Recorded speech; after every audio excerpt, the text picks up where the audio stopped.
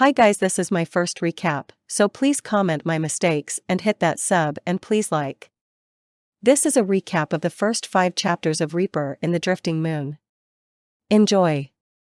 In a land reminiscent of feudal Japan, people lead a peaceful existence, albeit ignorant of the sinister activities that take place in the shadows of their towns and cities. While the privileged live their lives carefree, the poor roam the streets, and the true monsters of society hide in the darkness of the night. These monsters are known by many names, but the one that is most recognizable is Chapter 1. Fuel Wool is a 14-year-old orphan who wanders through the world without a place to call home. As he strolls through a town where an event is taking place, he encounters a strange man wearing a straw hat that covers his face. The next thing he knows, he wakes up in a dark abyss, unable to move or see anything. He realizes that the mysterious man must have kidnapped him, and he can't understand why he would do such a thing, as Fuel has never made an enemy of anyone. As he lays there in the dark, Fuel constantly repeats his and his parents' names to keep his mind functioning, determined to survive. Eventually, he feels some of his senses returning and concludes that he's in an underground room with water dripping somewhere. He follows the sound of the water out of thirst, but bumps into a stone wall, feeling defeated and depressed. As he looks up, he sees a ghostly version of himself staring down at him. Chapter 2. As the ghostly version of himself disappears, Fuel opens his eyes to see darkness once again, wondering if everything he just experienced was a dream. He feels like he's going mad and needs to regain control of his body with sheer willpower.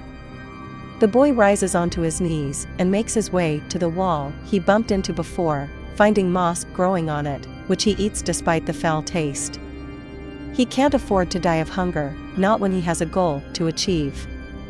Walking around the room, he works out its size and layout. Later, a light shines towards him, and he sees that there's a door in the room. Someone pushes in a bowl of rotten food for him to eat.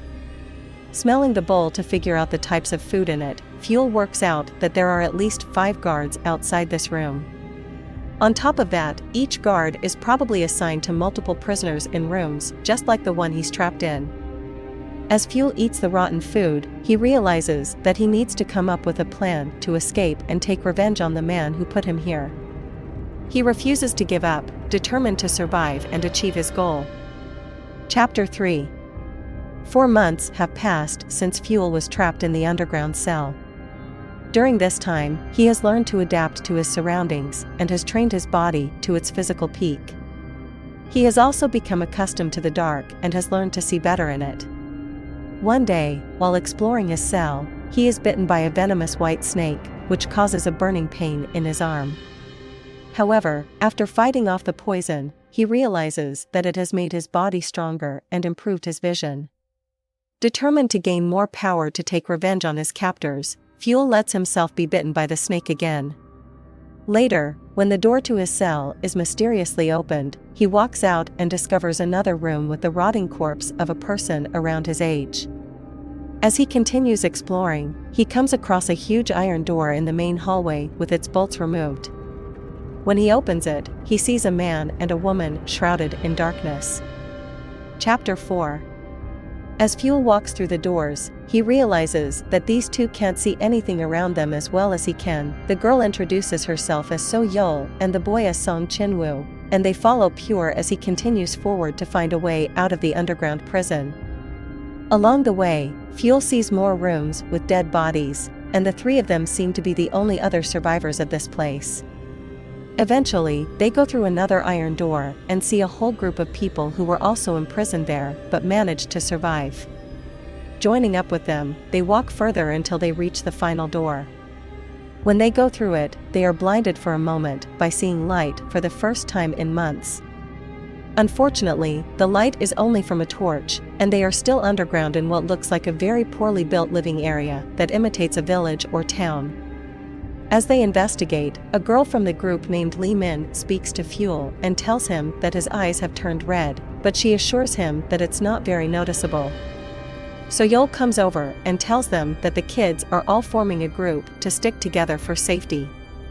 Lee Min decides to join, but to everyone's surprise, Fuel refuses for now. He wants to stay on his own and see how things turn out, as he is not fully convinced that all of these people are fully sane after months of being alone in the dark. Chapter 5. As time passes, the children have split into 4 major groups led by So-yeol, Il-yeomil, Young, and Go-young-san. Fuel has chosen to remain separate from all of them, and rumors start to circulate that he must have killed everyone in his section of the prison. Fuel continues to investigate their surroundings and discovers that while the village was recently built, the underground area was constructed a long time ago.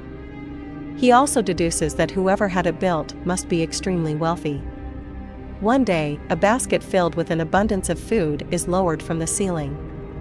However, when the children rush to grab their share, So and Song step in and insist that the food be distributed evenly among everyone. Before the group leaders start doing this, Fuel interrupts and says he'll take his share first, but when Yeomil tries to stop him, Fuel fights back with his bare hands and gouges out Yeomil's right eye with his thumb. So manages to calm everyone down and convince Fuel to step back with the promise of his share remaining untouched. However, this incident only causes Fuel to become even more isolated from the other children. Later, Fuel and So have a conversation about Yeomil's humiliation, which causes many children to switch to So's group due to her fairness and care for the kids under her care. Pio continues to sleep in his dark room, saying it's comfy there and not revealing to her that he's staying there to gain full resistance to the snake's poison. As their conversation comes to an end, the basket of food for their latest meal arrives, but the amount of food has drastically reduced, signaling the beginning of the next stage in their captors' plan to thin their numbers. The end, for now.